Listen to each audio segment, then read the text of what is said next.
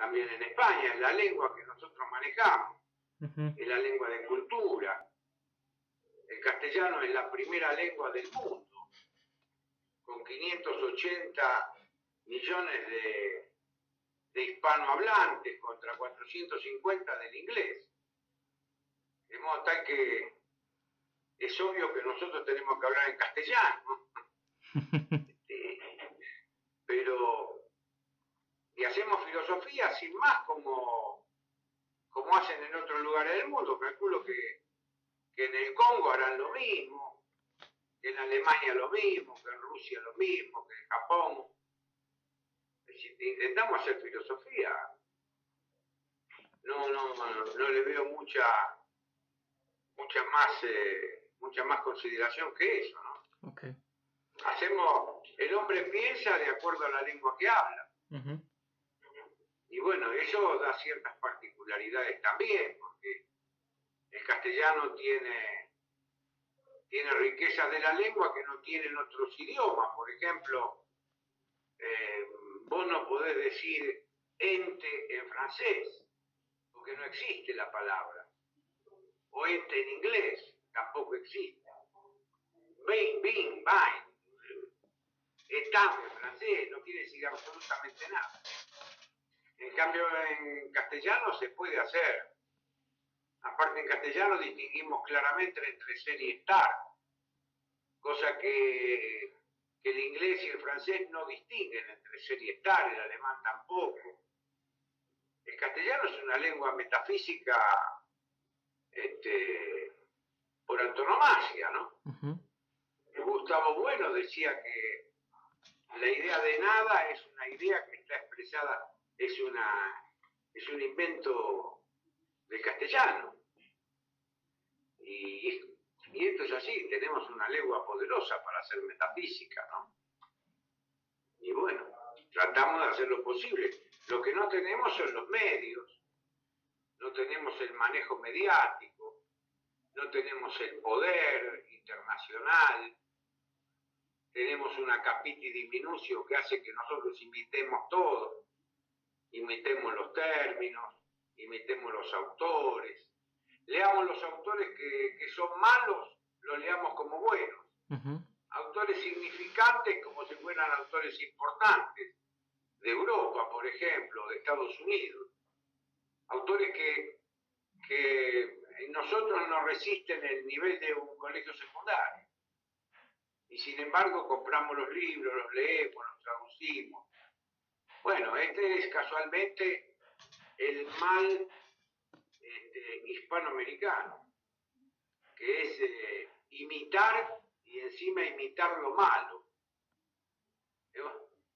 Así estamos, así estamos siempre comenzando nuevamente a pensar y a repensar, porque no pudimos acumular en 500 años de un pensamiento brillante, porque podíamos hablar horas sobre el desarrollo y el despliegue del pensamiento americano. Y bueno, y en eso estamos. Sufrimos una colonización, sobre todo me refiero a los académicos, a los profesores universitarios, que son lo más imitativo que uno puede imaginar, ¿no? No así los pueblos, porque los pueblos siguen pensando, siguen viviendo y no les importa nada, ¿no? Los pueblos no niegan la realidad, niegan la vigencia de alguien, ¿no? Así es el pensamiento popular. Se niega la vigencia de alguien. Nosotros nos inscribimos dentro de esta mentalidad, de esta manera de hacer filosofía. Tenemos que hacer filosofía a partir de nuestro genius loci, es decir, clima, suelo y paisaje. Uh-huh.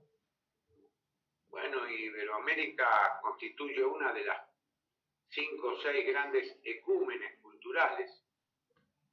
Y aquí estamos en esto.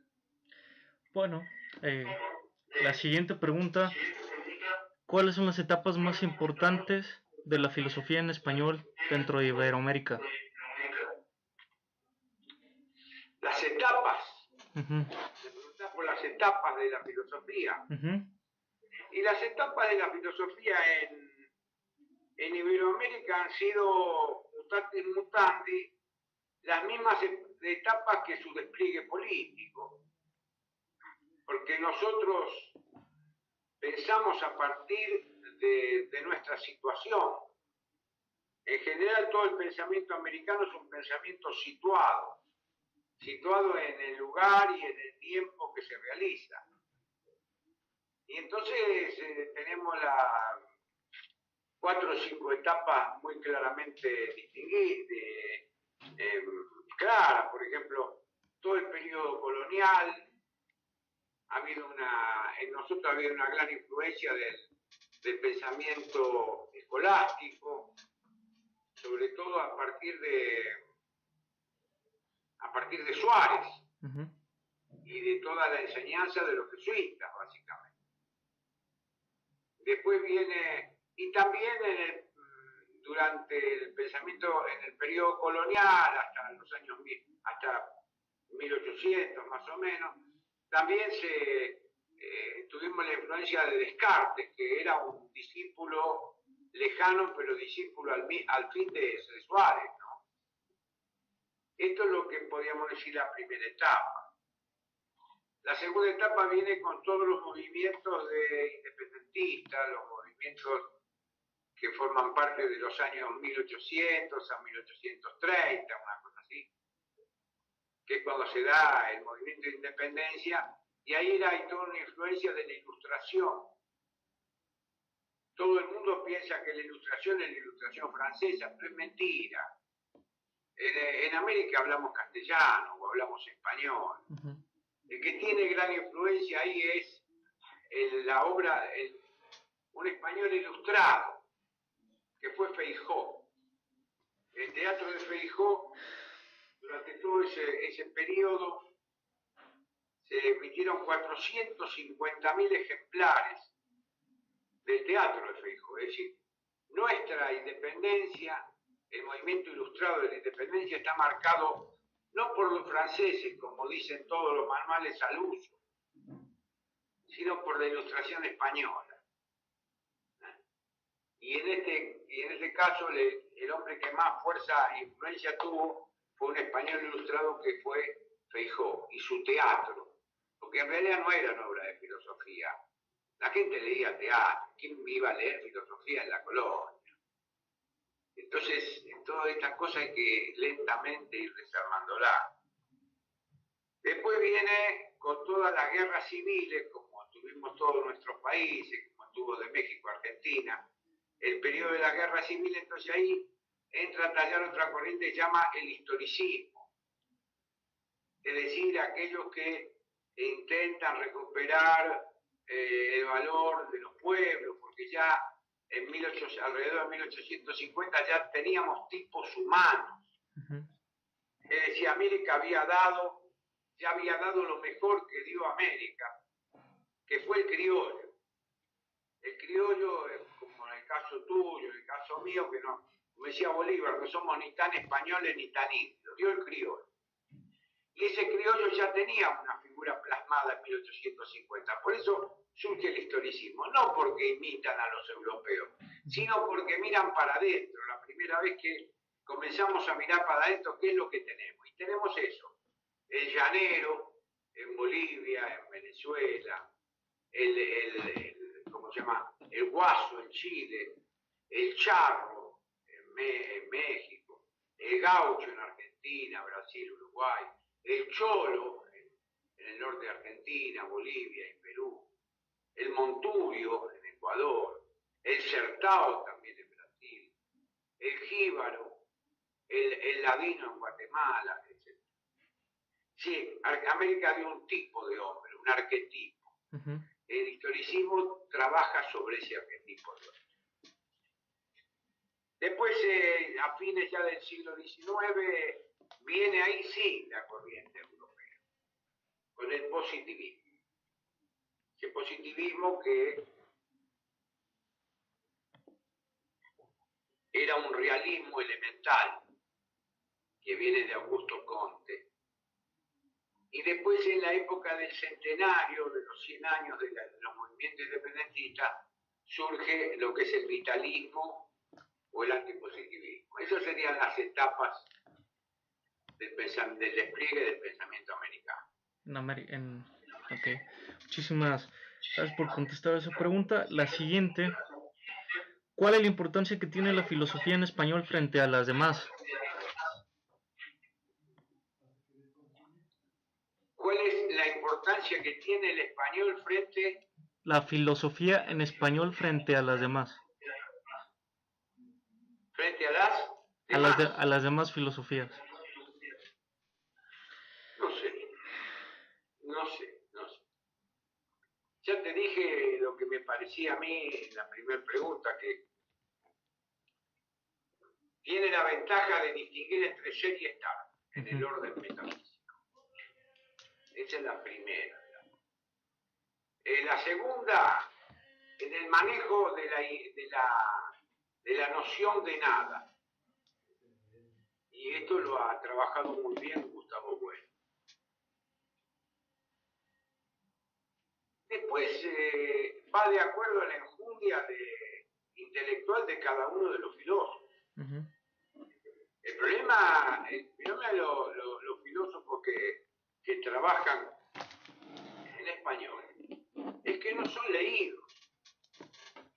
La diferencia fundamental es que nosotros, los que hacemos filosofía en castellano, incorporamos a los otros autores, a los que hacen filosofía en alemán, en inglés, en francés, en italiano, en portugués, en ruso, los incorporamos, los citamos, leemos sus libros, cosa que ellos no hacen con nosotros.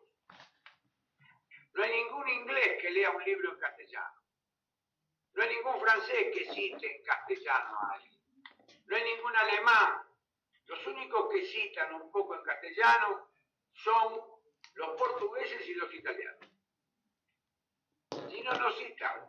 Y muy pocos españoles citan autores americanos. Porque esto es así. Nosotros somos el último orejón del tarro.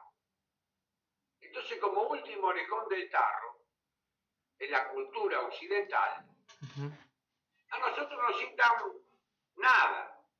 Por más que seamos doctores en filosofía, que seamos reconocidos como unos tipos bárbaros, pero es mentira. Esto es un simulacro. La filosofía occidental hace con el castellano, con la filosofía, el simulacro, hace como si fuera importante, pero no nos lee. Yo tengo amigos franceses, italianos, alemanes que hacen filosofía. Nunca nos leen. Nosotros los leemos a ellos, porque el hombre hispano es un hombre abierto, es un hombre que no teme. Yo no temo volverme otra cosa porque lea en alemán, y no tengo miedo de eso. Ellos se citan a sí mismos. Es una cosa endógena, es un pensamiento endógeno. Entonces ese pensamiento endógeno que se cita a sí mismo, en este momento que estamos en el primer cuarto del siglo XXI, están raspando la olla para ver si encuentran alguna idea. ¿Me entendés? Es un pensamiento que está en lo que se llama en la indigencia. Es un pensamiento de un tiempo indigente para Europa. ¿Estamos?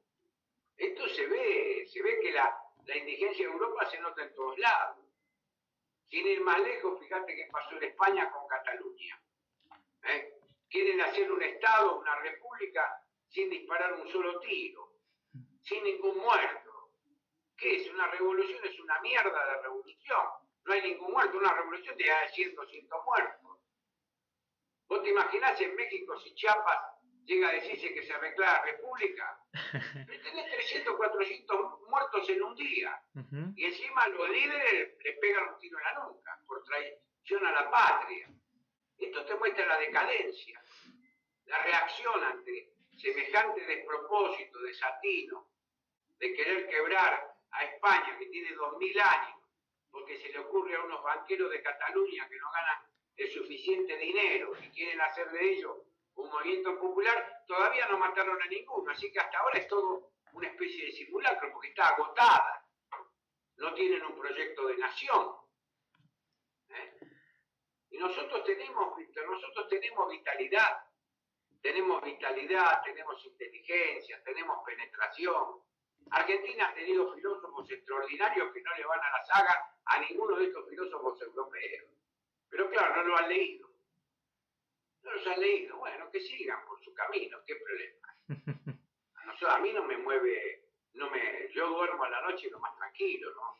Sigo trabajando en lo mío y punto. Ahí había un filósofo, Luis Villoro, en México murió no hace tanto, y pensaba como pienso yo, bueno, los europeos que hagan lo que quieran, no, nosotros tenemos que seguir viviendo con nuestros temas, nuestros asuntos. Si tiene validez universal lo que decimos, mejor, pero el tema es no caer en la imitación. Nosotros tuvimos acá un gobierno que fue Perón, todo el mundo dice Perón, un fascista, que esto, que diga lo que quiera, que nos importa. ¿Qué me importa a mí lo que digan los europeos o los norteamericanos? ¿Qué me importa? Churchill decía, el día que muera Perón va a ser el más glorioso de los días que yo tenga. Y Perón decía, no seamos un espejo opaco, que imita e imita más. Pensemos con cabeza propia. Esto es lo que hay que hacer, pensar con cabeza propia. ¿Me entendés? Claro. Bueno, esto es lo que yo tengo que decir. Para usted, ¿qué filósofos han remarcado dentro de la historia en español esa importancia? Filósofos, ¿vos te referís a filósofos americanos? En filósofos en Iberoamérica. Todos, pero hay filósofos americanos que han signado todo este desarrollo, este despliegue del pensamiento.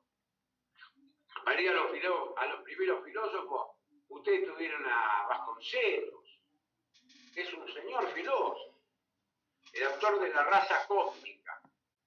Cuando nosotros nos dictaban en la facultad Vasconcelos, que se dictaba en mi época, ahora ya no se dicta más, y nosotros le decíamos la raza cómica, en lugar de la raza cósmica. Pero Vasconcelos es un muy buen pensador, de pensadores como, yo qué sé, como Miguel Ángel Virasoro acá, o Nimio de Anquín, o Alberto Rullés, Saúl Taborda, son todos doctores en Europa, por otra parte. Después el que tuvo mucha incidencia en Iberoamérica fue Ortega. Ortega Gasset era un gestor cultural más que un filósofo, ¿no? Y se diría un gestor.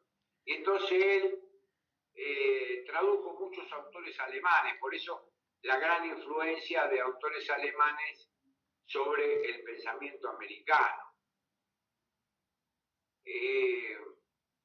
Autores franceses también, que tuvieron influencia, pero el tema es que el pensamiento americano comienza a plantearse formalmente el problema de la identidad, el problema de la singularidad iberoamericana a partir de los años 50, 1950.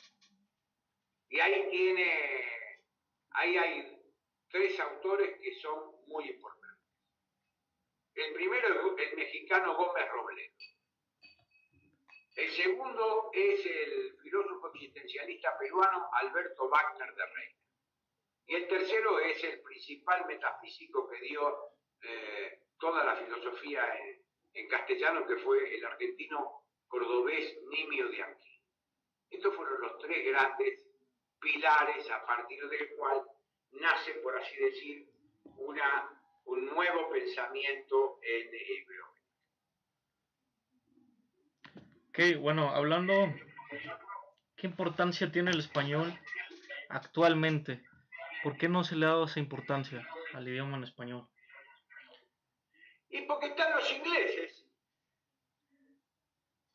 Los ingleses tienen otra forma de pensar, tienen otros intereses.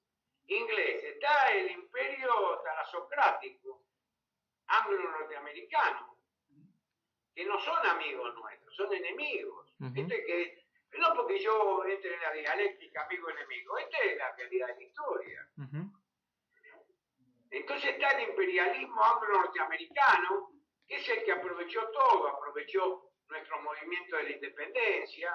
En los movimientos de la independencia introdujo la masonería, quebró los 4 virreinatos en 20 republiquetas bananeras. Este es el inglés y el norteamericano. Y entonces todo lo que se haga en lengua castellana, todo va a ser una cosa menor. Esto es así, la gran oposición, y ustedes lo ven, por ejemplo, ahora en México ven toda la filosofía. ¿Cuál es la filosofía que está en México? La filosofía analítica, de origen anglo-norteamericano, que no hace predicación de existencia, sino que lo único que le interesa es la coherencia de los enunciados. Y la existencia, ¿qué me importa? Que la gente viva como la mona, ¿qué le importa? ¿Me explico? Entonces, este es el gran problema. El gran problema es ese. El gran problema es que la gente que puede hacer filosofía en castellano hace filosofía a su especie inglesa o norteamericana. Claro. Están contentos hablando inglés, que lo hablan siempre como Tarzán. Porque no hay cosa más ridícula que un mexicano hablando inglés. Habla como la mona. ¿Me entendés? O habla francés como la mona. Entonces, y ahí está. Entonces van y hablan inglés y los otros siguen con sus cosas. Esto es así. Yo lo vi en Francia. Me daba una pena, porque lo vi como iban detrás. Nosotros no eran ni la hora. No son respetados. Ni en estudios clásicos. Mirá que yo soy especialista en estudios clásicos. Sí, a mí, de 27 libros,